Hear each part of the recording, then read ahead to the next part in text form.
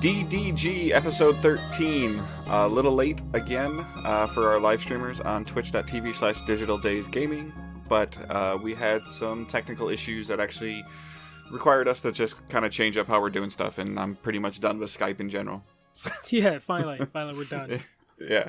So if you're watching, I think that the video quality for Michael might be looking a little bit better because we're using a different video source, so you guys can look at his utter beauty even more in higher definition now. Yeah, so. Ungelled hair and all right now. But we're recording on Tuesday, January 21st? Yes. Yes, okay. Instead of our typical Sunday.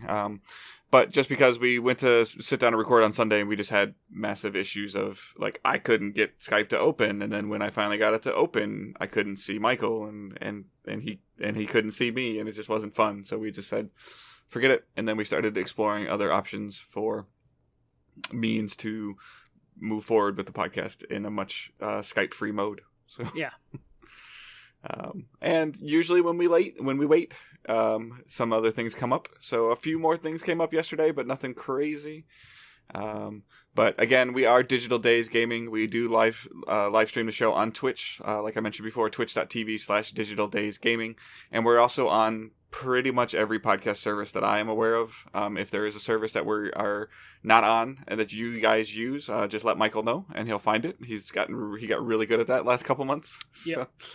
So, and if your services allow you to leave a review or share the show, please do so, because the goal is just to get more people to listen to the show, watch it, listen to it. Any of the past broadcasts, YouTube at youtube.com/digitaldaysgaming. And then if you enjoy the content, there are multiple ways that you can support us. Like I just mentioned, just sharing the show is the most important thing.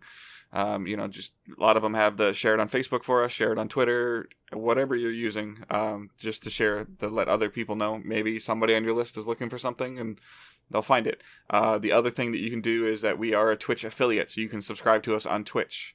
If you have Twitch Prime, you can use your monthly subscription on that. A lot of you have done that, and this is right around the 2-month anniversary, I guess, or 3-month anniversary. So just to keep in mind that your subscription does not auto-renew, so please just take a look at it, and if you want to use it on us again this month, we would appreciate it. If not, and you want to use it on us in another month, that's cool too.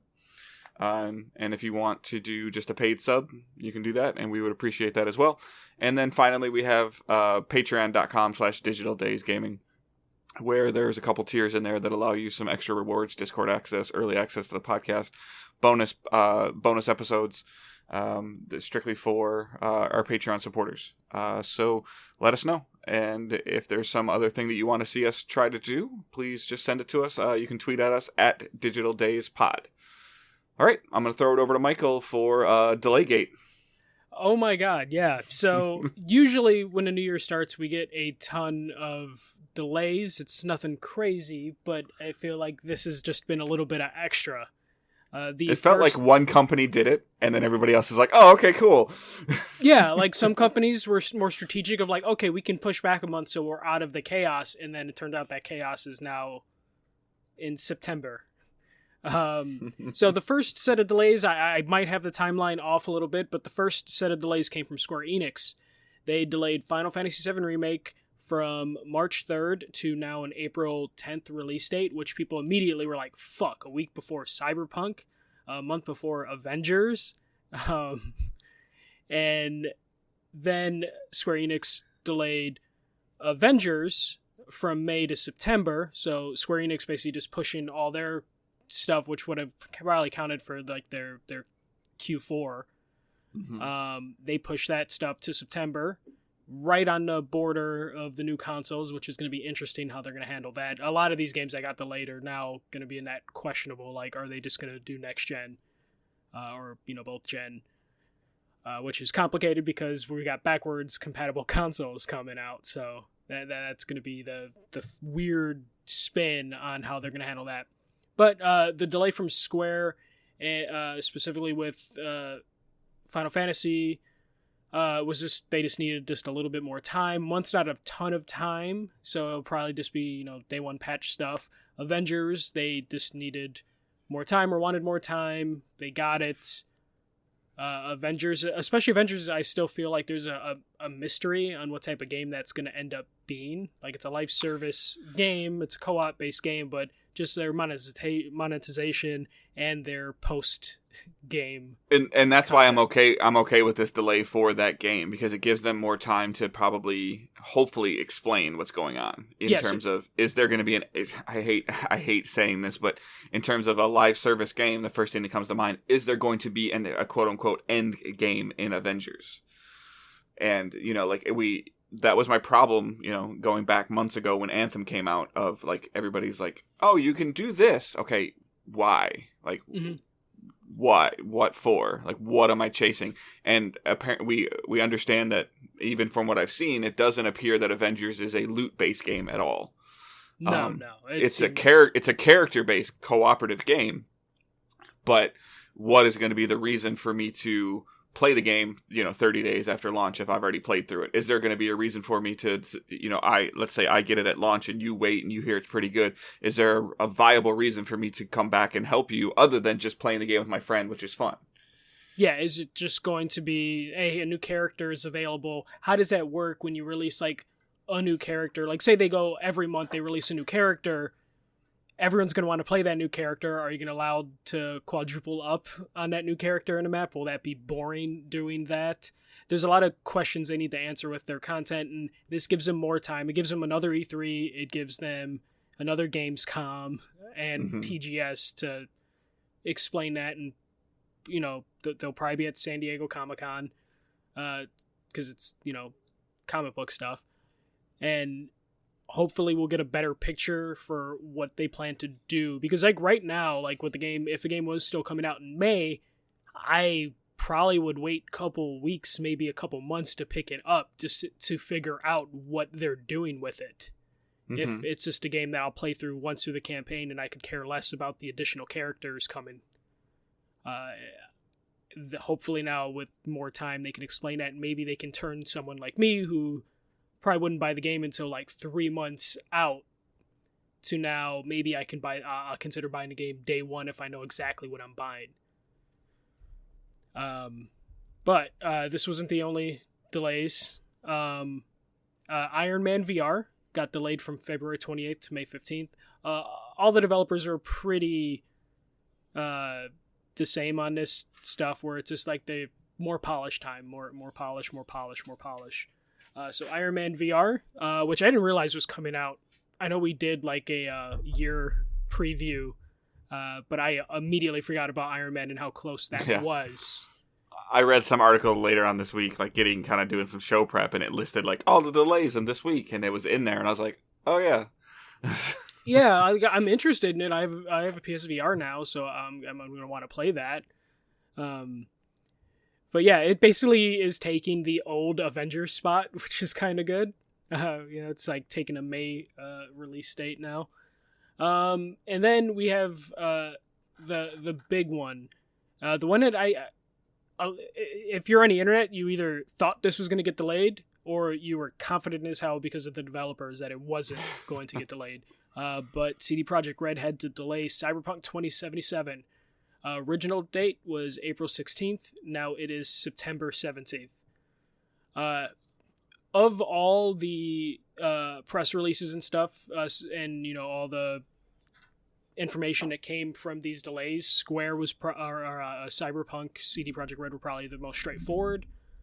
They needed more time. They didn't think that they were going to deliver the game that they promised and wanted to do.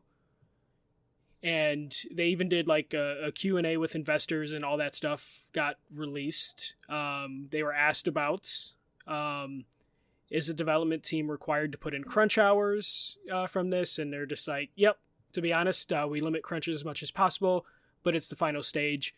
We try to be reasonable in this regard, but yes, unfortunately, there's going to be crunch. Because a lot of people assume like, oh, cool, you're pushing a game back 6 months, so you don't have to crunch. And CD Projekt Red was like, no, it means we're going to crunch for 6 months now. They also pretty much said that the game is done. Yeah, they finished it 2 months ago. Yeah, but this is a lot of just hammering out like bugs and issues, which with the way that they build their games in terms of like possible branches or different scenarios that will happen, I can't imagine the bug tree that they have like on a wall in their office or something. Yeah, no, it's probably really bad to try and figure out what bugs are worth it, because you always know about like developers that, there's like the known bugs that are okay to release the game with, but when you have a game of this scale, I'm sure that list is gigantic, and they're going to try and squash as many bugs as possible. A lot of people disappointed with this. I was definitely disappointed because this was one of the games that I kind of like carved out, like time already of just like, okay, when this game comes out, I'm probably going to take a week off or like a weekend off from work just so I can play this and enjoy this, and I'm gonna have to move it to September. And with a lot of these releases, it's now, am I picking it up on the PS4 or am I just gonna wait for the PS5 release 2 months down the line? Well, the earnings call said no next gen. They're not making a next gen version. They say that, but when the time comes, they're like, we listen to the fans, and here's an enhanced version. But what about just a patch? So okay, like I was thinking about this the other day. I feel like there's been all these rumors around the Series X and all these rumors around the PS5 and the backwards compatibility, and we've been talking about Ghost of Tsushima and Cyberpunk and Watch Dogs and all these games, Avengers, that are coming out in the next 6 to 7 months, and the consoles are coming out in the next 7 months. And the feeling that I have at this point in time is that instead of them essentially making a PS5 version and a PS4 version, is that they'll make the PS4 version and they'll release a patch, just like they did with the Pro, that when you put this disc in your PS5, it's just gonna run better automatically. I can definitely see a company like CD Projekt Red doing that, just because they tend to spend a lot of times with their games tweaking stuff and doing, like free content. So I can see some sort of like advancement if you put your PS4 copy into the PS5. So that I can totally see that being a thing. I don't see that thing being a thing for like a lot of developers, but if a company, I just think that the PlayStation, for the most part, of the Xbox Series X will kind of just do it natively. But to a point though. Like there's only so much they can do. There is stuff that you have to do, like you have to code for, and if anyone's gonna do that, I would put CD Projekt Red into one of those like categories of a developer that would put the extra effort into it. Because like if you and I both buy Cyberpunk on the PC, like I believe your PC is stronger than mine. Yeah. So your PC experience, you'll have the same game, you'll download the same things, but it'll just run better natively. Yeah, but it's developed to take advantage of different tools. Technically, the consoles have never had to think of that in terms of development. So there is enough time now that companies could put that into the code now of just like, hey, if they have the new console, here are the specs of the new console, which may or may not be even locked down just yet because everyone's working off dev kits. But how different do you expect them to be? The PS, how different do you expect the PS4 Pro to be from a PS5, other than like solid state, which seems to be the only thing that we're hearing about is better load times. I mean, it depends on how the architecture is built. Like, there could be enough differences that they're going to need to do specific work to do it, and then they need to weigh the balance of like, is it worth putting the extra effort into it? Because there's going to be enough differences that it's not as simple just throw it in and then download the latest patch. There needs to be some work put into that, or at least if that patch is a thing, that they would have to put effort into the patch. And yeah, I mean, like Palmer's asking, Palmer in chat's asking like over under on Watch Dogs being delayed. It's already been delayed. Yeah, that was delayed to like, they didn't even put a date on that, right? It's no, they just said Q4. It's not coming out. So yeah. Kind of like our next delay to talk about, which is the last big delay that I found. There might be more, even by the time we release the audio for this podcast. Dying Light 2 got like probably one of the scarier type of delays. It was already just had a vague March 2020 date, but now it's just delayed like indefinitely. There's no release date, no quarter window, nothing. It's just, hey, we're still working on this. It's in development for PS4, PC, Xbox One. How many E3s has this game been at? How many times have you seen this? Twice. 3? I think it's been at like 3 E3s. I've saw it twice, and I think like Josh saw it the other time. But yeah, this has been in development for a while, and the Dying Light game was still getting like content updates. The first one was still getting content updates like a year ago. Yeah. No, I mean they're still supporting that game, but it's kind of getting to the point now where I'm just like when I saw that, I was like, really? Yeah, it's kind of crazy. Like this will probably be at another E3. But this is one that apparently was always planned, according to the Polygon article, to be a cross-gen game. So this one they'll have no issues releasing, PS5, Xbox One versions of this game. So this is just, this scares me, like, because when they don't even put like a window on it, like I have faith in Techland because they care about this IP. But it's been so long since the first game. And how many people are going to really care about it? I mean, unless they delay this to like 2021, because I was already worried about this game coming out in spring 2020 with the other games that was releasing. Yeah. It was going to That's a bit. I mean, Dying Light set the standard of a large game too, like a significant time commitment. Not even like, I don't even really consider it. I mean, I guess it's a live service game, but in terms of just things to do and things to work on, and like whether it's like, I think the game has like weekly challenges or monthly things, and it's got like an interesting grind to it of doing things differently at night than during the day. It's definitely not my style of game. That I've watched some streams of it. It's not something that like really grabs my interest. But again, just because it doesn't grab my interest doesn't mean that I don't necessarily pay attention or respect what the game is doing. And what they've been able to do, like that other expansion they released was like ridiculously large. Yeah, they put a ton of effort in the first game and clearly care about this as a franchise. I was just worried about this getting lost in the shuffle. Now, the games that, technically could have avoided are now delayed to a new window that it could get lost in the shuffle with. But this sounds like the current rumors are that this is just going to be like a 2021 game, which I guess would probably benefit it again, just to get out of the way of some of the bigger games that were now just pushed back to the holiday.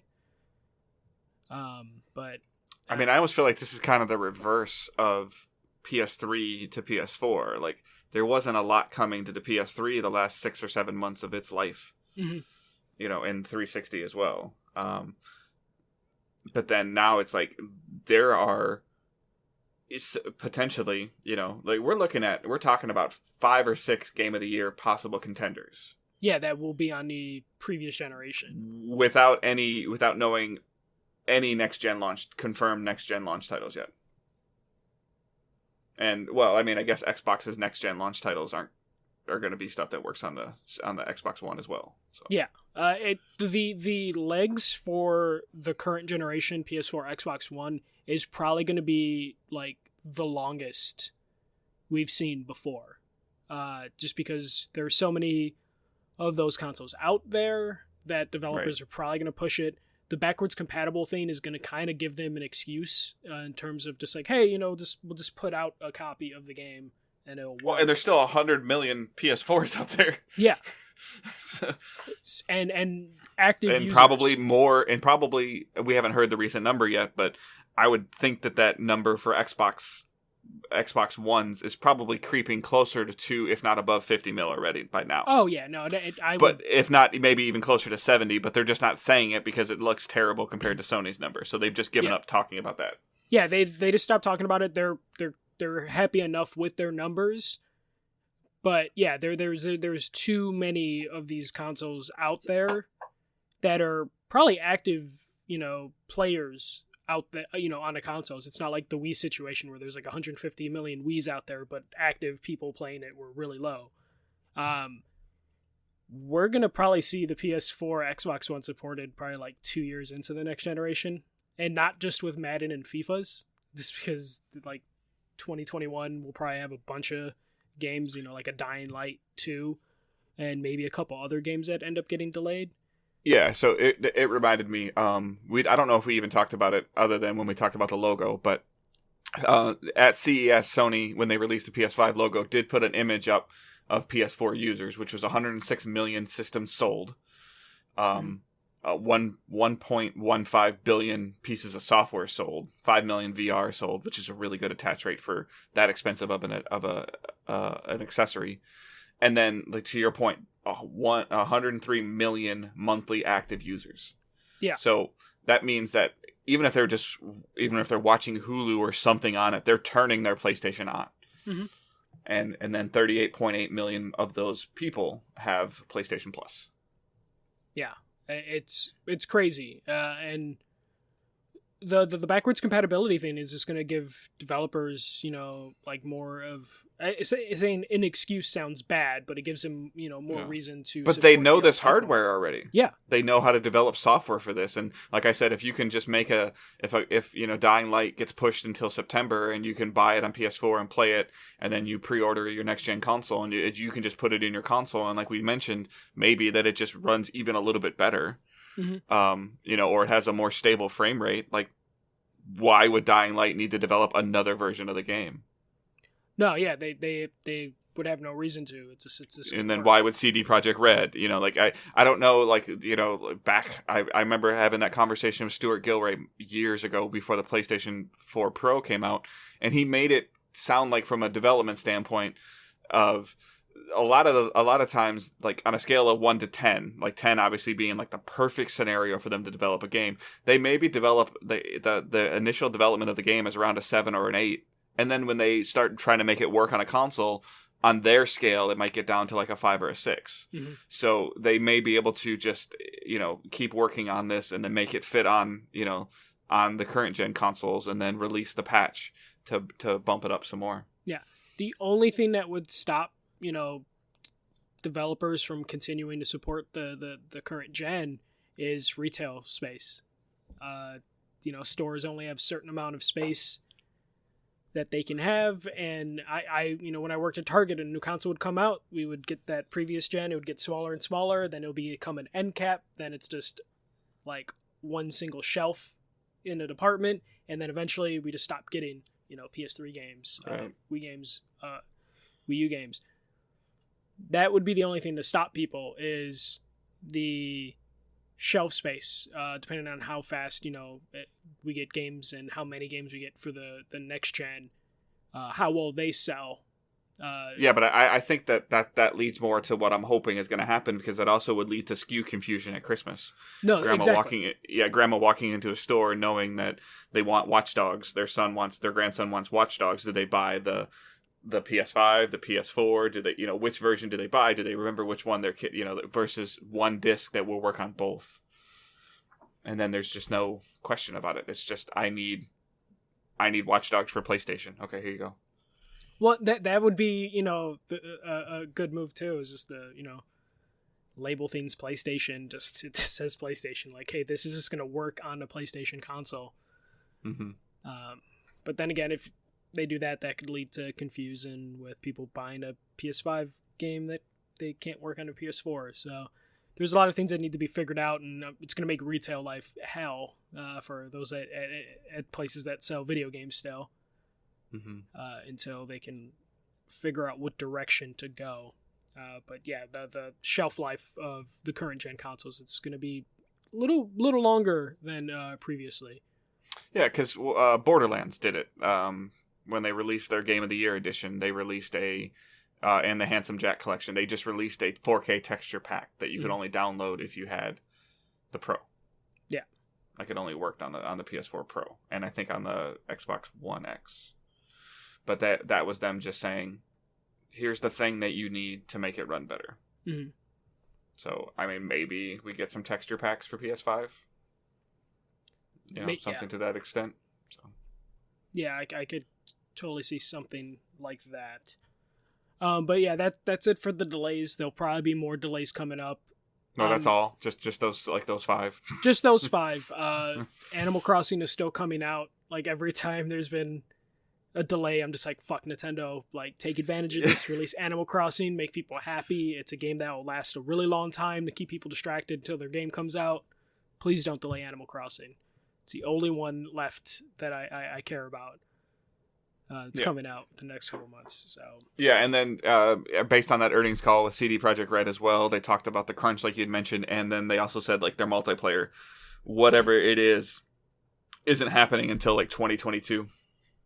Yeah, late 2021. Which sounds crazy, right? To release a game in 2020 and then like, hey, multiplayer's 1 maybe 2 years down the road. It worked for Grand Theft Auto, but we don't really know what the multiplayer for this game even is going to look like. Yeah, it worked for Grand Theft Auto, which is the one, but I also would think that it didn't work for Red Dead, because I'm not really hearing a lot about Red Dead's multiplayer. No, yeah, but Red Dead also had the problem of like, how do you do what you did with Grand Theft Auto 5 with a Western?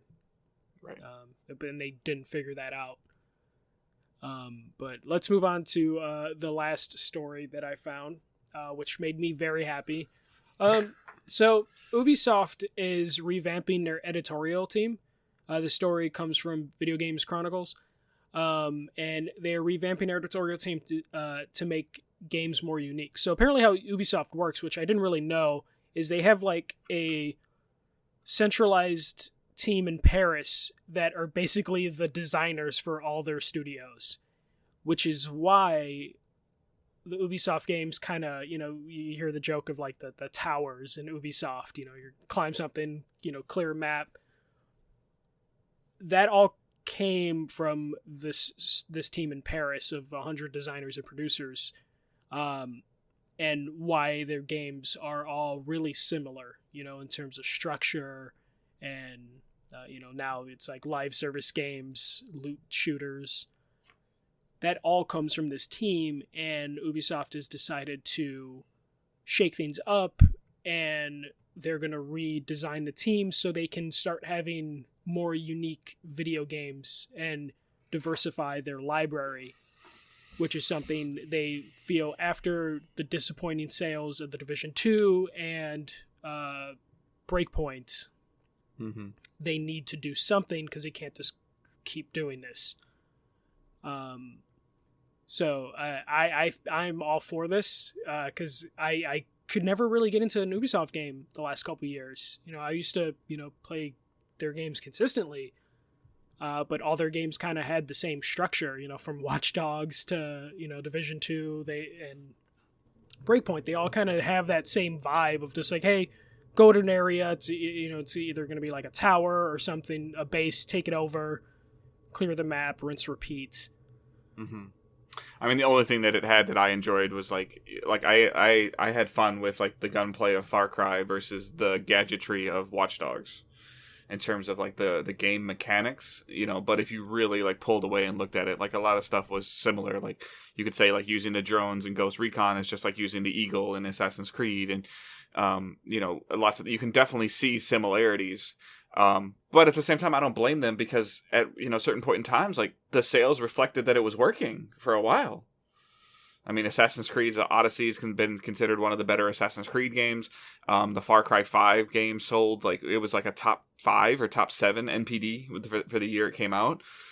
Division did really well. Some of those, Assassin, like I said, mentioned before, like just the Assassin's Creed series has legs to it. What I also feel like this means is hopefully this means new IPs. Because you can't really call something Far Cry 6 and go in a completely new creative direction. Yeah, they have some new IPs they can play with. But you're right on your earlier point. They had success with a lot of these games. It wasn't until this year, or 2019. I forget, we're in 2020 still. There was a Far Cry game that came out last year and most people forgot. I know I did. Breakpoint, came and went super fast, to the point where people didn't really even care about, give Ubisoft time. This is what they do. They release an underwhelming game, and then they make it great, 6 months, a year down the road. And Breakpoint which ironically, based on Division 2's last, couple State of the Games that they released, it sounds like they're doing some really cool things within the Division 2 now to bring the player base back. Now, is it going to work? We'll have to find out, in a month or so. Yeah, and Division 2, it sounds like it's doing well, but it's not doing crazy well. Division 1 had impressive stuff happening with it that really got that fan base going, and that fan base has just dwindled. And it's probably a little bit to do with this competition out there. You can't just be don't worry, this game will be good in 6 months to a year anymore. It's great when that happens, but you kind of have to hit the ground running, and try and maintain that as much as possible. And it just seems like they just haven't been able to do that with their library in 2019, and that probably played in the part why they delayed pretty much all of their games, though there's probably not much they can do with the games they delayed because they're already so far into development. But it's just I'm happy to see some new things coming, especially Assassin's Creed. Origins, really popular, everyone liked it. Odyssey came out, it was good, it did similar things, but they're just didn't have the same buzz that the previous game went to. So we're probably going to get, what is it, Assassin's Creed Ragnarok is the rumor, for this year. Maybe that gets pushed back too, so they can restructure it and look at it, because the Assassin's Creed games just felt like they were just getting bloated. Yeah, I mean, what's hard though is the same conversation we've been having about Microsoft purchasing all those studios. Ubisoft has their own press conferences at E3, and I would presume that they're going to have their own press conference again, either at E3 or around that time frame. Because, and if they are going the route of new IPs, or they can show off some more Watch Dogs Legions. They can show Legion. They can show off the other game, the cell shaded game. I can't even think of the name of it that they delayed. And I saw something about the guy that one of the initial producers of Splinter Cell left Ubisoft and has come back again recently. So there's a bunch of things going there, but at the same time, if they announce a new IP based on the information we have now in late January, and they announce a new IP at E3 in June, you can't expect that game until late 2021. Yeah, no, you probably wouldn't expect, especially because they delayed so many of their games. They don't want to cannibalize their own fan base. Okay, I think your mute button's messed up, man. Uh-oh, that's not good. All right. Is that better? Keep talking. Talking. Okay, yeah. The last couple times you've unmuted, it's been a couple seconds of you cutting in and out. Oh, okay, my bad. All right, but like I was saying, it's like you said, the games that they announce, it's probably going to be 2021, 2022, just because they delayed so many of their games for this holiday. That will probably be holiday spring. So yeah, anything that does come from this or comes from E3 is probably going to be a year to 2, maybe even 3 years out before we see anything happen. I would love to see if their structure is going to change. It's okay. The God of Wars and the Controls of the world and the Spider-Mans have shown that it's okay. One and done games still survive, and they still do well. And they win awards and they sell well. I would love to see them not try to think about what are people going to do in 7 months in our game. Just make a cool 20-hour, 25-hour campaign that has a great beginning, a great middle, and a great end. Yeah, but unfortunately, it's Sony's fine with just those sales. Companies like Ubisoft, to this point, have just been well, we need to make sure we get that day one sale, and then we get, money for however long we keep this game running after that. Yeah, but I don't want to see Splinter Cell as a live service game.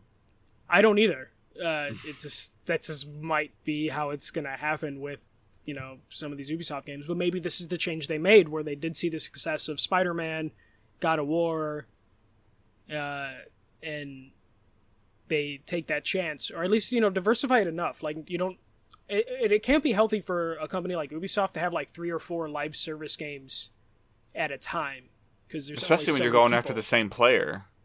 Yeah, like you have like 3 looter shooters out at the same time. There's only so many people that are going to want to play that, and then if you're releasing content, like, I can't play more than like just 2 regular shooters at a time, really. Mm-hmm. Like, I've been playing Call of Duty Modern Warfare. I've had no time to play Overwatch or really anything else, just because just not how my brain functions, where I can just like switch from first person shooter to first person shooter. Mm-hmm. I can't imagine if I was really into looter shooters, like, I mean, you are, like Destiny takes up that space for you, but trying to balance like Destiny and Division 2, I know that's been difficult for you when those games are have content around the same time. There was a certain point in time where there was, at least it was a lull in Destiny, but I had on my table, I had Destiny 2, Anthem, and Division 2. Yeah. Which is, like, and some games aren't going to get the attention. And then I know you the games that have the better systems are going to get the attention, though. I meant in terms of the better draw, or where the friends are playing. Like, when I have a lot of friends that enjoyed Division 2, and that enjoyed Breakpoint, and that enjoyed the little bit of what it was with Anthem. But when I turn my system on and they're either playing Destiny, or they're playing their single player games that they're trying to get caught up on, they're not playing Division 2, they're not playing Anthem, they're not playing Breakpoint. Yeah, and then you add the factor of, all of those live service games, most of them at least, want some sort of microtransaction commitment from you, and then you have to make the choice of, like, am I going to really put money into all 3 games, or, 3, 4 live service games that are out there? And realistically, am I going to put money into all those games? No, you're going to lean towards the game you're putting the most time in, or your friends are at. So Ubisoft's going this route just kind of makes sense for them to just try something different. Or if you're going to do live service games, don't have them overlap, like Division 2 and Breakpoint came out at separate times of the year, but if you want Division 2 to be long lasting, putting out Breakpoint within the first like 6 months of that game is bad for both games. Mm-hmm. So hopefully Ubisoft figures it out. We get some more unique games from them. And just shorter games. The only reason I didn't touch Assassin's Creed Origins and Odyssey is because it was like, Origins is like a 50 to 100 hour game, and Odyssey is like a 100-hour game minimum. If you want to do most of the things, it's just like, no, I can't. No, fuck that. Just give me a 20-hour game, please. Right. Yeah, but that's all I have for the news, unless some games get delayed before we finish the show. All right, so what we're planning on watching, I'll go first.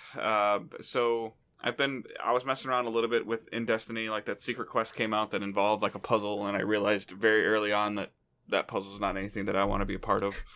It took them 7 days to solve it. 4,000 unique pieces of some hexagonal math.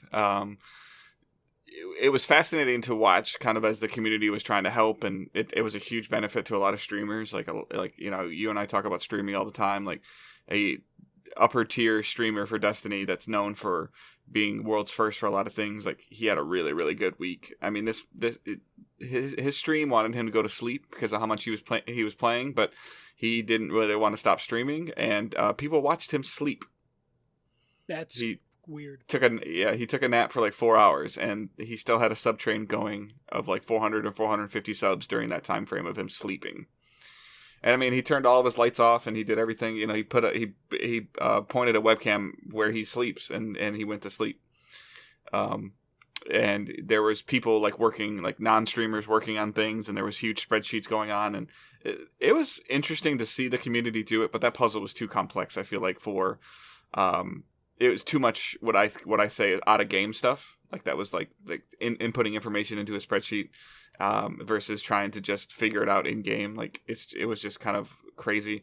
And then the reward didn't seem, it wasn't, the reward was something that was already on the roadmap that was supposed to be coming out in a couple weeks. And my only guess is that when Bungie developed this puzzle, I don't think that they anticipated either people figuring it out like they did or doing the strategy that they did, where they had one person in an instance and they had people joining and then taking a picture of what they saw and then leaving, and new people joining and taking a picture, and then they would take those pictures and upload them, and then people would enter those into spreadsheets, and it ended up putting this map together of, like I said, over like 5,000 unique nodes that generated one long maze path. But it's cool. Like, the game was in a spot where it was kind of lull and down in terms of things to do in the game, and like not a lot of people were talking about it. And this kind of rushed it into the spotlight again, to where like even like you knew what was kind of going on, from afar, that you knew that there was something happening in the game that was requiring a lot of involvement, enough that it hit your socials, right? Yeah, well, we follow some similar people. But yeah, I was having the most fun with just people speculating on, like, I bet the reward is shit. Like, I bet the reward isn't going to be worth it. And got, from my end of, like, the Destiny fandom, mixed reactions on what the reward ended up being. But it was cool to see some of that unfold, especially when it was first happening, and I would just see, like, this like blots. People are like, oh, I think I got it, we're getting close, and then I would just see the hexagon. I would just see like 5 hexagons in a cluster, and I'm just like, okay. Yeah, but I know it was definitely really weird. And then like, it sucks that the reward was something that was already on the map, and then it started a conversation of like, is Bungie putting too much information out on their roadmaps in terms of like what they're doing? Are they not, are they thinking that, hey, this is cool, like you get this early, and the community's like, well, we didn't want that early, we wanted something new, we already knew that was coming, so it's in a weird, it's again, like I said all the time, like they can't win no matter what they do. Oh no, like, no. So like they got crap for like like 2 weeks ago they got crap for that exotic quest being too short, and now people are like, well, this was very complex, and then the reward is something we already knew about, and it's like, what do you want? Like, ultimately, I've come to the realization with their guns and their weapons and things, like, there's only so many things you can do to a hand cannon or to a pulse rifle or to a shotgun. Like, you can't like do anything else, like, unless they start introducing like ridiculous amounts of different weapon archetypes to this game. It's always going to have a little bit of a loot problem of a hand cannon is a hand cannon is a hand cannon. Yeah. So, and I don't want it to turn into Borderlands where I have a gun that shoots hamburgers. Like, that's not what I want from a Destiny game. Are you sure? Like, that sounds pretty cool. What if it shoots out like Dinklebots? Like, so again, the things they're playing with the time and like, brief spoiler is like this, the whole end to this chain is that you're essentially at your grave, the Guardian, you've been messing with these corridors of time, like you're essentially like almost attending your funeral, where Saint 14 was talking about you. So I think that's part of like why we were trying to like break the chain or something like that. I don't know what long-term impact that's going to have in the game. I'm really curious to how they're going to tie the things that are happening in this season to what's going to be starting of the basis of next season. Like, that'll be fascinating. Like, Saint 14 as a character has been very beloved in the franchise so far, and then him appearing in the game now is really cool. And for them to possibly just take him away, like where it's just like, okay, that's part of the Season of Dawn content, and now he's gone. Like, I think that they would have the community would have a big problem with that. Yeah. I messed around a little bit with not very many other games. I downloaded Dead Cells. I need to re-up Origins. I want to finish Jedi Fallen Order. But we had a little bit of sickness going through the house, and personal levels. Like, my wife and I joined a gym this week, so trying to get that into a little bit of our own routine. They opened up a gym like a mile from my house, so like a Planet Fitness. So, like, we started that a little bit. I did watch on TV, on Netflix, I watched Six Underground, the Ryan Reynolds action show, action movie that's on Netflix. It was okay. I'm glad it's on Netflix. Yeah, that's what I heard from a lot of people. It's like, yeah. it's okay. I had a hard time following exactly what was going on. It looks like they might be trying to set up multiple movies, maybe. So, I mean, Ryan Reynolds is a good actor, and the character he played was interesting. The action was cool. I believe it's directed by Michael Bay. Did he just play Ryan Reynolds? Actually, he played like somebody that knew how to like handle himself like with weapons and guns, but he played like a rich inventor. Okay, because I feel like Ryan Reynolds in most movies is just playing Ryan Reynolds, and it's just like that's kind of what you hire him for, but it could be kind of like annoying. Yeah. I did end up watching. What did I just watch today? I can't even remember. Crap. I watched a little bit more. Like I came across Moneyball again. With the Billy Bean Oakland A's story, so I didn't finish that, but I literally just watched something damn it, my memory is just terrible. Men in Black International, that's it. Oh, okay. So that's why you that was on. Yeah. So that was, again, it was just a continuation of the Men in Black series. Aliens, some pretty interesting action, some cool weapons, but it was fine. Like I don't feel like I wasted any time out of my day. My wife and I caught up on a couple of our basic shows like SWAT and NCIS, and that's pretty much it. So, mine is continuing to watch Sarah play The Witcher. That's still taking up like a lot of my time, just because it's when I had to review the game, I had like 10 days to get the game, finished or close to finished, and then written. To hit an embargo, so I skipped a lot of the side quests, and I've just been watching her play, and she's put like 60, 70 hours into the game, and is like kind of almost nowhere near the end of the game, just because she has the time to take all the side quests. So I'm just getting to see, ton of shit that I've never seen before in the game, and seeing what like a properly leveled up Geralt is, as opposed to mine, who by the time I hit endgame, just to get, to the embargo date, my Geralt had the most mismatched outfit, just scrapping everything I can in a short period of time, as opposed to hers, which is like being properly leveled up, having proper costume and weapons, and, just being able to take your time with that. It's just been interesting to see the game played more thoroughly.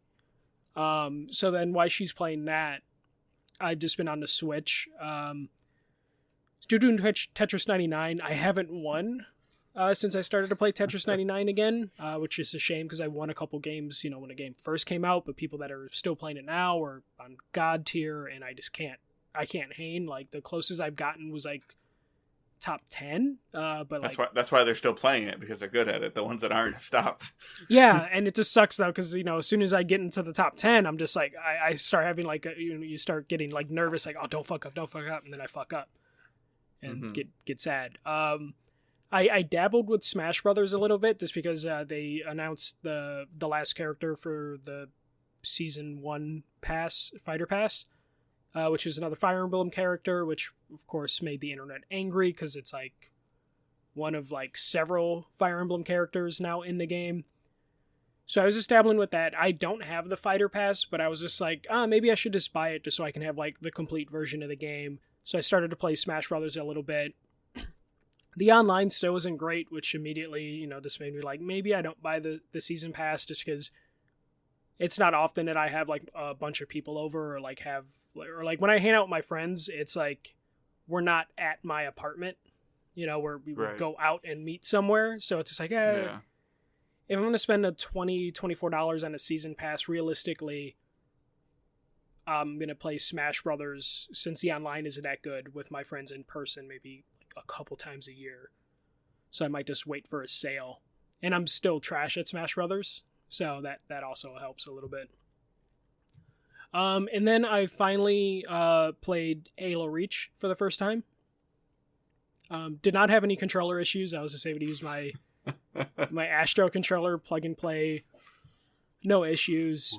Good for you. Yeah, the only issue I had is, from what I understand, with Master Chief Collection, you should be able to turn off, like the filter of like original game and like the HD version of the game, or like the remake version of the game. mine was just stuck on the new version, the HD remastered version, so I couldn't look at what it used to look like. When I would toggle that in the menus, it just wouldn't work for whatever reason. You're on PC?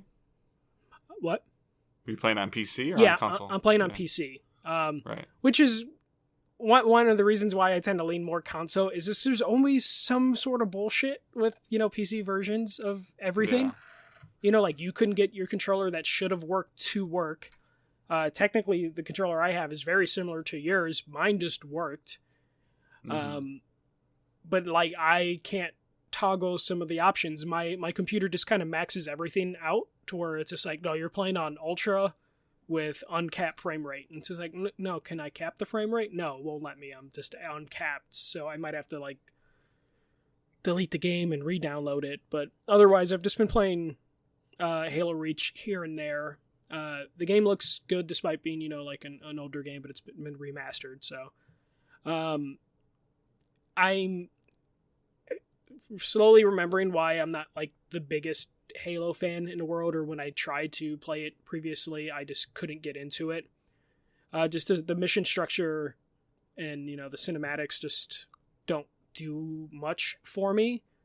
And sadly, I try to hop on the multiplayer that is available, and I just couldn't find a match. I would just sit in the lobby for like 10 minutes in matchmaking, and couldn't find a game. See, now, what I wonder, though, is that, because I'm assuming you're playing it through Game Pass, right? Yeah, which is, I have a feeling, but continue. Yeah, it's. Do you think that they're only connecting you with Xbox launcher players and not Steam players? Yep, that's exactly what I think is happening, which would be the first time a PC game has done that, to where it's just like, I know people are playing the multiplayer, I see people streaming it, but they're probably using the stream version. I'm using the Game Pass version through the Xbox store, so maybe... Yeah, I guess that would be the other thing that I would wish, is that the integration, like Steam would know that I have Game Pass and let me play a game that's available. Yeah, like, or, on Microsoft side, just connect the servers, because it is possible. You can crossplay with Steam.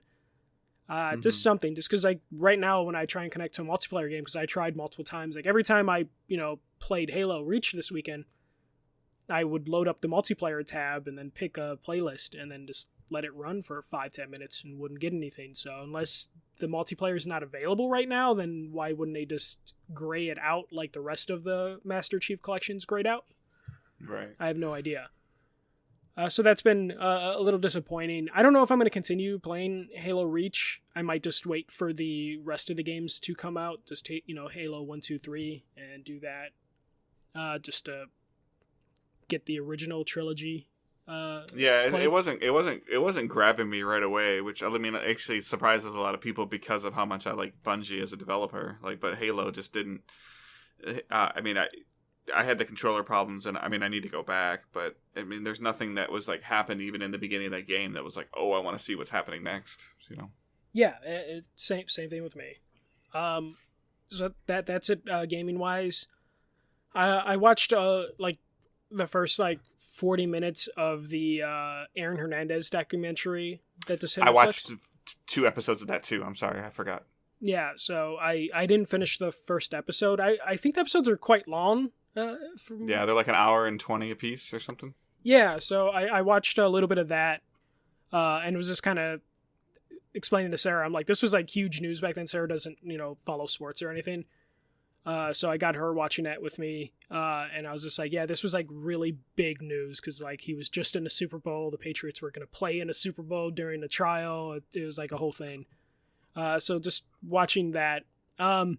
Don't know how I feel about those opening credits for the episodes. Yeah, they're like trying to like make him out to be like a great person, like the music and the images that they're showing him. Like I've had a problem with that too. I'm like, okay, this is like somebody that murdered 3 people, or 1 person, right?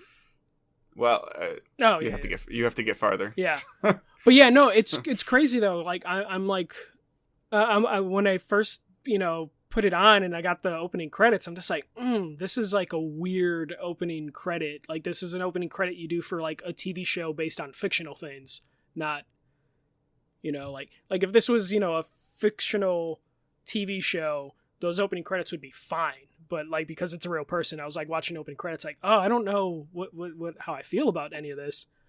But yeah, I'll probably continue watching that here and there.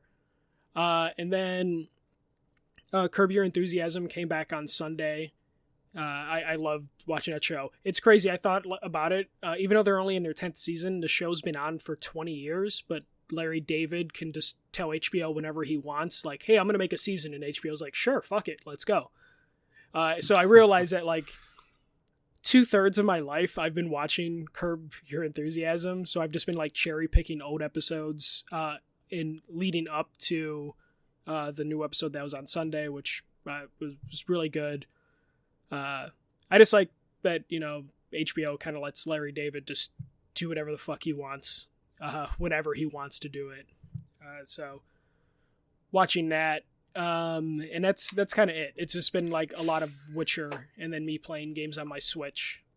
So I'm curious because I know that you pay attention to sports, and I think if you had to rank your sports in order, I think baseball or basketball is like 1 and 2 for you, right? Yeah. You want to talk about the Astros? Yeah. So okay, let's talk about the Astros, man. Like, holy shit. The fallout in general. Okay, so for those of you that I'm sure there's a decent player base or listeners that don't really pay attention to sports. Houston Astros, Major League Baseball team based out of Houston, Texas. In 2017, Major League Baseball did this investigation to where the players have been allegedly stealing signs through using computer monitors, like the television broadcasts. And so there'd be a player in the dugout watching the TV. He would tell somebody else what they think the pitch is, and he would physically beat a trash can in a certain order. And this was done through it sounds like through the investigation that this was mostly the ringleaders of this was some of the bench coaches and the managers for the Houston Astros. So there's been all this speculation about everything going on, and the investigation was going on, and then we heard that the commissioner was going to make a ruling this earlier in the week, and he made a ruling, and he suspended the general manager and the manager of the Houston Astros for an entire season. He fined the team the maximum amount of money that he's allowed to fine them, which is $5 million, and he took away first round and second round draft picks in the 2020 and the 2021 draft. Like, he essentially dropped a bomb on this franchise. And then, so this was happening like on a Monday or Tuesday, like at like 1 or 2 o'clock Eastern time. So then it was reported that the Houston Astros owner was going to speak, and the Houston Astros have had some weird things going on with their upper management anyways, of like their assistant general manager having problems with women, and all this stuff has been going on. And the Astros owner had always kind of been like pro his hires. Like, he was always backing the people that he hired. He came out and he fired both of the manager and the general manager. He goes, I don't care what Major League Baseball said, you're fired. So that kind of was like the suspension happening was a little bit of a shock, and then the firing happened was a little bit of a shock, and then it kept kind of snowballing. So I know that there was a guy, Alex Cora. He was I think, is it Alex Cora? Like, yeah, is it Cora and Beltran? Both. Right, but is Cora like the guy that used to play second base for the White Sox? Or no, that's Joey Cora. Yeah, that's true. So, okay. So anyway, Alex Cora was the bench coach for the Houston Astros in 2017, and he became the manager of the Boston Red Sox in 2018. The Boston Red Sox won the World Series in 2018. He was also deemed to be a ringleader of this sign stealing thing. It sounds like he is going to be suspended by Major League Baseball. So Boston and him released a statement mutually saying that they parted ways. Boston fired him because Major League Baseball told him he's about to get slammed. And then the only real player that was named in the report is Carlos Beltran, who just like a month ago got hired by the New York Mets to be their manager, and he resigned. Same thing. I think they gave him the out. And the best part of the Beltran thing, his unverified relative on Twitter just going off with like more information of just throwing other people under the bus. Which that Twitter account is now gone, and the speculation is that's an actual Astros player. Yes. Not his niece. Yeah. But the fact that it was portraying to be his niece and it was a former player is just like, oh my god, I can't wait for the book on this. I can't wait for the movie. So I guess my question to you is, being a baseball fan as you are, and I'm a baseball fan as I am, I want to ask you, like, how do you feel about Major League Baseball saying it's okay to steal signs if you're standing on second base and you're rubbing the top of your head to tell the batter that it's a fastball, but you can't steal signs using technology? Like, that's against the rules. I would be fine with that being the ruling, because I think do you consider it gamesmanship or sign stealing? So I'm against like the idea that they were like using like video feeds to signal and the replay booth and stuff like that. That's fucked up. There was a couple like probably like 5-10 years ago where one of the teams, I think it was the Texas Rangers, were using like their scoreboard to kind of signal people. Mm-hmm. And teams were using Apple Watches too. Yeah. I don't think you're going to ever stop like someone on second base from tipping the hitter, because that's going to be impossible to like figure out unless, you know, you just make them immediately put their hands in their pockets and tell them not to blink. Ghost runners. You can't stand on the base. Yeah. you hit a ball and then you put a bot on the base, and like you can't stop that. But like the using the video feeds, there's the buzzer stuff that now people are like over analyzing, like the World Series video, which Major League Baseball has said that they've investigated. But... yeah, but holy shit, has there been a lot of good like zoom ins on stuff of just like, man, that shirt looks a little off. And like when one of the Astros players was interviewed and he kept yelling at his teammates not to fuck with his shirt. Don't take my shirt off. And then, you know, he had to play it off in an interview being like, oh no, my wife doesn't like that. So he hit a game-winning home run and he was running around and his team was there and you saw him like grabbing his jersey and you could almost see him like mouth like, don't take my jersey off. And I think it's like, I got a piece on or something like that. Yeah. And then he had just like got them to the World Series and then he immediately runs in the dugout. He touches home and then Altuve runs into the dugout and then he pops out wearing like a championship t-shirt like 2 minutes later. Yeah. So many odd and suspicious things. Yeah. And then that picture of like one of the players with like having a tank top on and that tape like right on his collarbone. Yeah. Which a lot of players do, like some sort of, you know, that medical tape thing where they'll put that on, which is like completely like reasonable thing for him to have, but like it's still suspicious as fuck. And then you have just like on social media all the players that had to play against the Houston Astros. I was watching this morning a video where you can clearly hear the trash can every time someone signed in the background, but you needed like headphones to hear it. And then one of the pitchers that were in the videos, Blue Jays pitcher, was just like, motherfucker, I knew something was going on because I was throwing some of my best stuff that day and I got lit up. And it was just like, and you hear the trash can and it's just put doubt in like for the last 2-3 years. I think it sounds terrible, like what some of these players are coming out and saying, like, well, my stats against the Astros should in Houston should be like erased and blah blah blah blah blah. Like, dude, you guys played in the steroid era. Everybody was like, it's just another one of those things that was going on in the game. But like, it's.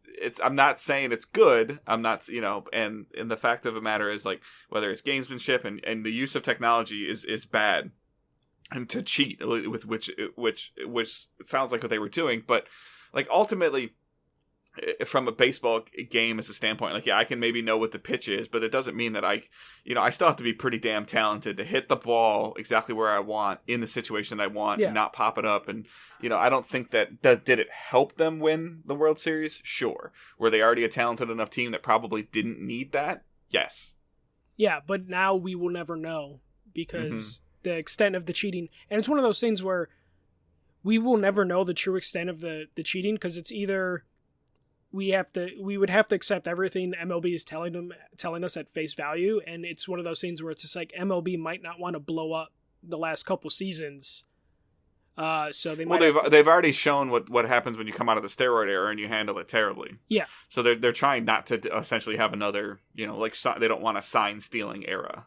Yeah, and now they're kind of in that era. What do you think about taking the World Series away from the Astros? No. Right, you just put an asterisk on it, right? Like not even that. Like the Black Sox. Kind of one of those. It's kind of just one of those known things. Like it's no different than all the players taking steroids. Like, everybody knows, like, Barry Bonds is the home run leader, but not in some people's eyes. Like, so it's the same problem I have with college football, though. Like, taking that title away from USC years ago, like, you can't physically take away what I saw with my own eyes. Yeah. Like, the real victims are the Dodgers, who may have had 2 World Series appearances just like stolen from them.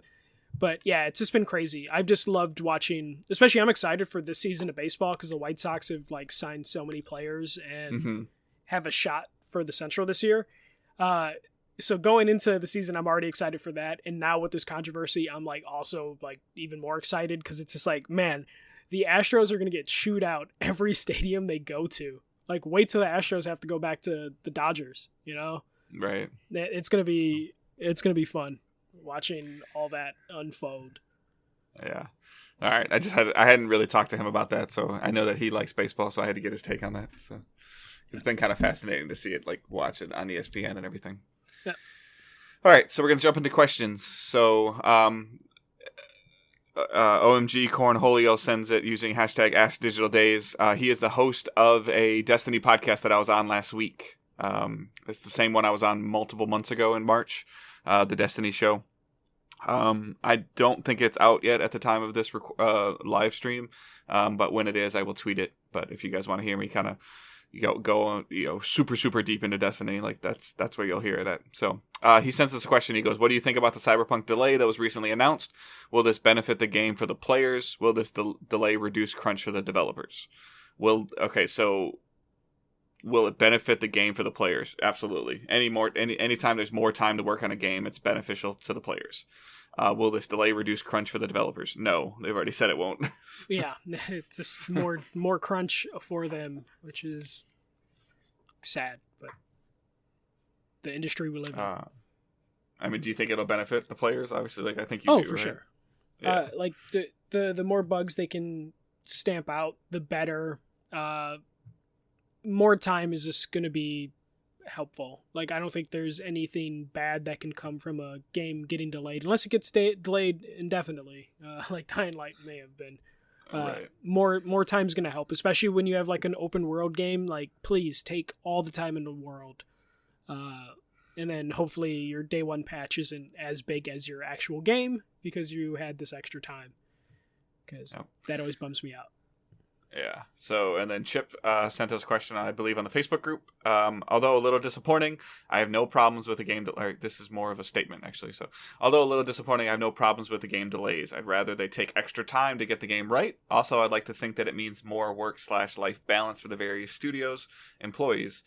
We've all heard about the crazy hours that they can be forced to work at crunch time. Also, my pile of shame stares at me whenever I ignore it for a new game. So I think, like, maybe for Final Fantasy, like, they might have been able to get a little bit more breathing room to work on, like, the couple little things that they're trying to work on. I feel like Final Fantasy VII's delays might have had to do with production problems, maybe. Mm-hmm. Like, we've heard, because usually when you get a 3 to 6 week delay, it has a lot to do with production. They're not really getting very much more done in those 4 weeks. One that I learned a lot about that was like Uncharted 4, when it got that delay, that was like almost out of their control. Like the company that Sony had contracted out to essentially make the discs was having a problem. Yeah, usually it's just when it's a short delay, like a couple weeks, it's just maybe they can tweak and work on their day one patch, but very little is done with that. It's just a production thing where there's like printing discs, special editions, collector's editions. So it's nothing crazy from that. But there probably will still be crunch, just because there's probably going to be a huge day one patch for that game. And then on Twitter, Carnathis, I've seen a lot of talk of all the recent delays are because of poor management. Is it really that simple? I've always assumed that a couple of months could just be getting rid of polishing the game up more. So yes and no with the poor management thing. I feel why we get these delays is because management announces games too early. Be it, they want to be at E3 or Gamescom, or they want to hold a special event, and they pull the trigger way too soon. We hear about games way, way too soon, and then games feel obligated, developers, publishers feel obligated, like, okay, if we're going to announce 3 years out, we got to throw like a date on here, or we need to have a special event for when we announce the date. And that's when we get into delay reasons. Like, their timeline sometimes could just be made arbitrary regardless of like the actual work that needs to be put in. They're like, all right, let's target March, and then they start development on something, and realize 3 months out, like, ah, shit, we're not going to be able to hit this date that we felt we needed to put on it. So during our earnings call, investors can feel good about investing in our company, or fans at the fan event. Yeah, I definitely felt like CD Projekt Red had pressure to date it at the Xbox press conference. Yeah. They had Keanu Reeves on stage. They announced Keanu Reeves in the game, and like they were like, and that was the talk of E3 for like a couple of days. It was Cyberpunk's getting that release date, because there was still speculation that people thought it might have not even come to this gen. So yeah, I mean, I agree with you. Like, I think that, and that's another reason, like we talked about last week, with Sony going, you know what, forget E3. Like, we're going to talk about our stuff when we want to talk about our stuff. Yeah, and that's probably better management. And like you referenced Uncharted, for the Blood, Sweat, and Pixels books is where like that came from, and you hear about that all the time, where it's just developer publisher relationship that's like putting these dates, and the developers do their best what they can, but the publisher's funding it, so they kind of just have to go based on like whatever the publisher says and try their best, and they'll feel the pressure. Like they got Keanu Reeves last year on the Xbox stage. They had a huge billboard that they took over the LA Convention Center, and a billboard looks better with a release date on it than without one. So yeah, it's kind of like poor management might be too strong, but it's definitely like a business decision for all these delays, because they announced just way too early now, which I think we'll have less of as like E3 dies, and companies just have their own events where they can control their message more and don't have to worry about like putting on a big show or press conference and feel pressure to put a date. They can just go at their own pace. Because it does look bad every time you have to delay a game. I'm happy about it just because of same reasons as Chip, is like my backlog, my pile of shame is getting ridiculous. Right. Yeah, so Randy Pinnock said, did you guys check your 2019 PSN wrap-up? If so, were there any surprising facts or interesting details? Hashtag AskDDG. For me, my total number of hours are embarrassing high. Also, I was very reluctant to purchase NHL 19, and I put 174 hours into that, more than even Red Dead Redemption 2, which was 114 hours. My total hours were 2,454 hours. I think those stats are kind of cool. I think that they're off. So, like it said, I didn't put PSVR on this year, and I know I did. So, yeah. So there's, and then it talked about number of hours online was substantially less than the number of hours that I played Destiny 2, which is only online. Mm-hmm. So, yeah, those numbers are always interesting to look at. And, then you look at how much, you're like, wow, that's a lot of time, or that was a lot of games, or I can't believe I spent that much time in that one game. But I think that we as society would just be amazed if we really saw, like, how many hours we spend driving to work, or how many hours we spend sleeping. Yeah. Like if you really saw an actual statistical data, like a number of, you spent this much time watching television, like you'd probably be very annoyed with yourself. So. Yeah, you'd probably be very upset yourself. So mine was actually, it showed, sorry, the cat's trying to get in the stream. It is showed that I'm playing on different platforms. So previous years, like 2018, I had like 1,000 hours, like 500 to 1,000 hours in Overwatch alone. And this year, my top game, or my 2019 list for PS4, was Overwatch with 103 hours, and that's my top game. So like my time went down significantly on PlayStation as I've been playing on the Switch more and my PC. And Overwatch, I kind of stopped playing probably like September-ish. And then my second game is Dragon Age Origins, which I replayed with 63 hours or 64 hours. And then Apex Legends, I played 63 hours of. And those are my top 3 games. So my hours are like way down. Like my trophy amount, I feel like, is pretty high because I dabble in a lot of games on PlayStation just because of the stuff we do. But yeah, my PlayStation numbers are down because my Switch numbers are up and my PC numbers are up. It says something like the longest game session I had was 24 hours, and I think that might have been playing for a long time and then leaving the system on. Yeah, those definitely. Yeah. So, but yeah, like I said, with anything else, statistically, I think you'd be shocked if you start keeping track of it.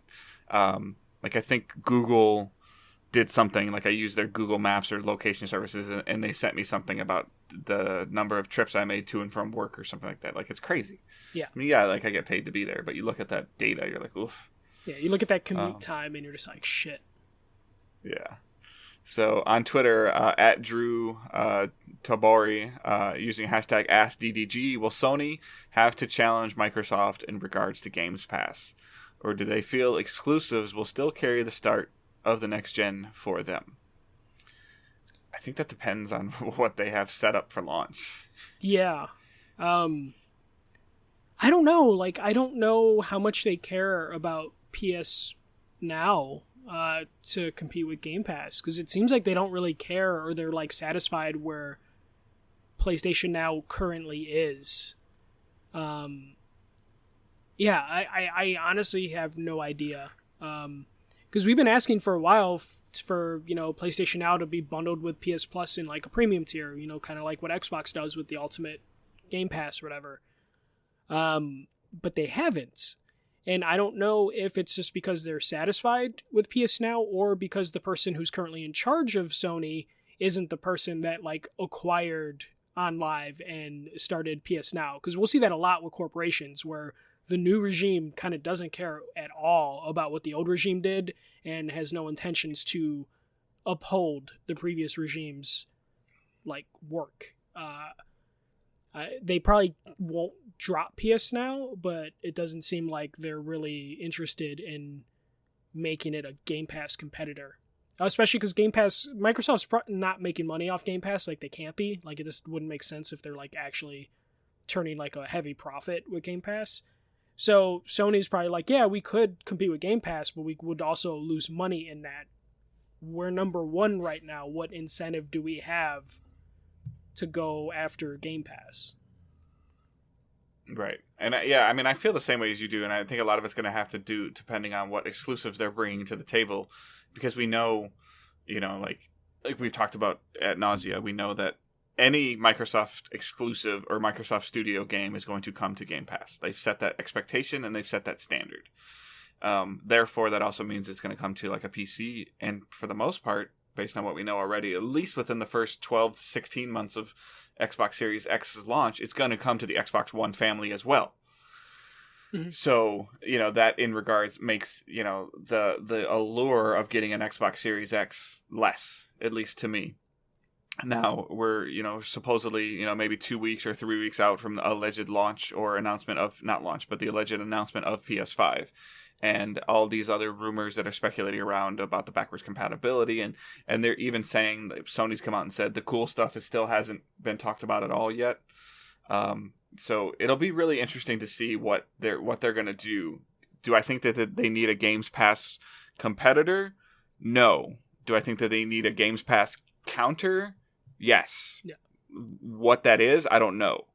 And that could be something of just a stellar lineup, or like a new Spider-Man game, and like a God of War teaser. But they and only like, I think that they need to focus on, for success of the PS5, they need to focus on only on PS5, and that's not super consumer friendly. Everybody's saying what Microsoft's doing is super consumer friendly. And I think Microsoft's in the position where they need to be super consumer friendly. Is Sony in that position? Yes. And I think that the way that they can be consumer friendly is saying, this is the stuff that we want you to play, and this is the only place that you can play it. Yeah. I know on paper that doesn't sound consumer friendly, but it does give you the reason. Here's what PS5 can do. Here's how much it costs. And here is why you need to get it. And the why needs to be answered. And it, I still, have memories of Jack Tretton on that stage of yeah, it's a meme, but like when he stood on that stage with the PS4 announcements and he just blow by blow by blow knocked down every single thing that Microsoft had announced like 10 hours earlier. Like he just kind of just cut him off at the knees and then cut him off at the waist and then cut him off at the head. Like in within like 2 minutes. Like, can they do that again? I don't know. No, but if they do, it'll be very interesting. So yeah, we don't know if they can do that again or if they're just, kind of comfortable where they're at right now. Which I have a feeling they're just kind of comfortable where they're at and they're just kind of coasting. So we'll have to see what's going on with that in the future. Yeah. Like I said, but here's the system and here's why you need it. Like that's what I want to see when they announce the PS5. Yeah. So, all right. You got anything that you're spotlighting right now? Kingdom Hearts 3 Remind is coming out in a couple days, so I'm gonna spotlight that, and we'll probably hear me being disappointed with that, like I kind of was with Kingdom Hearts 3. I also the Royal Rumble is this upcoming weekend, so I'll be on Too Young to Be This Old's podcast doing a preview of Royal Rumble, so check them out on various podcast services if you want to hear me talk about wrestling for like an hour or 90 minutes. For me, I would spotlight the Destiny Show podcast that I was on. Like I said, I will link to that through social medias when it is live.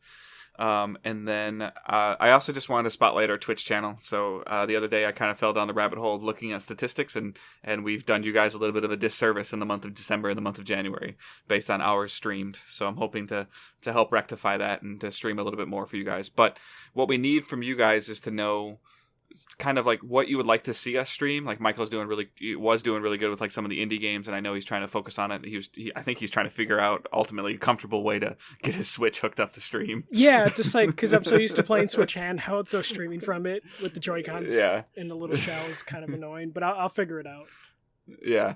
And then just in general, like, so like the stuff that you guys like would see from us, and then also like when you would like to see those from us. And I'm not saying that we're going to be able to do something that accommodates everybody. We know that like our typical live stream, like on a Sunday night, isn't the most, time sensitive thing for everybody. I'm aware that, like the NFL playoffs have been going on and they've been drawing a lot of people's attention. I'm aware that in 2 weeks when we're supposed to do like episode 15, that's on Super Bowl Sunday. So we're going to have to talk about that. Yeah, we're going to do this during Royal Rumble. So we might have to make a trade of just like, hey, we don't record during Royal Rumble. Yeah. I won't record during the Super Bowl. Right. Just a couple things like that. But, is there like, is there a night that you guys want to see, like Michael and I maybe even play a game together, like whether it's a, Halo or, something, like we can buy a game on Steam or on PlayStation that we can kind of group up and play. Is there a game that you want us to play with you guys? But we just we'd love to hear from you guys, whether it's on the Facebook group, which you can join by just searching Digital Days Gaming, whether it's on Twitter, which you can just tweet at us at Digital Days Pod. You can tweet at me at Good Dave Hunt. You can tweet at Michael at the First MJC. You can join the Discord channel. Link should be in the show notes. You can, just like I said, follow us on any of those social medias and and then communicate with us. If you want to be on the supporter channel on Patreon, like sub to us on Twitch, 5 of you just got subs today from Baddest Page. He gifted 5 people subs. If you link your Discord and your Twitch, Michael, you have access to the supporter only channel. I'm in both Twitch and the Discord. So. But you have to link them together to make it work. Ah, okay. But yeah, again, so like you can hang out with us in the supporter only channel. You can hang out just in the general channel on Discord if you're not a supporter. If you're a Twitch subscriber, you can be in the supporter channel. Patreon subscribers at $3 are in the supporter channel. So we'd love to communicate with you guys, whether it's, these conversations that are happening on Facebook are always really cool. We didn't include it in this week, but like Kevin had a really cool conversation going on in there about Redbox going out of business. I'm not Redbox going out of business, Redbox stopping video games, and like where do you rent games now, and like I forget about it as well, but like the library is a valid option for a lot of people to get certain games. So there's conversations like that are happening in our Facebook group. I'd love to see those conversations happen in Discord and through Twitter, but that just involves our interaction with you guys and you guys interacting with us and then interacting with each other within the community. So those are things that are very important to us and as we grow Digital Days and making the community open and inviting and figuring out. And I know there's not been a lot of games that are coming out that are drawing a ton of people's attention recently, but when something does happen, like, that's when like our community shines, and that's what makes our community as cool as it is. So I kind of incorporated that into the social thing as well. So again, you can get the show at www.digitaldaysgaming.com, patreon.com/digitaldaysgaming, and then all the other stuff I mentioned, the Facebook group, the Twitters, all that stuff. So we hope that you guys all have a great week. This should not affect release times of the show, so you should be listening to this at the normal time. So everybody have a great week. You got anything else, Michael? No, that's it. I have to feed the cats because they're fighting right now. So, All right, we'll talk to you guys later. See Thanks ya. for hanging out.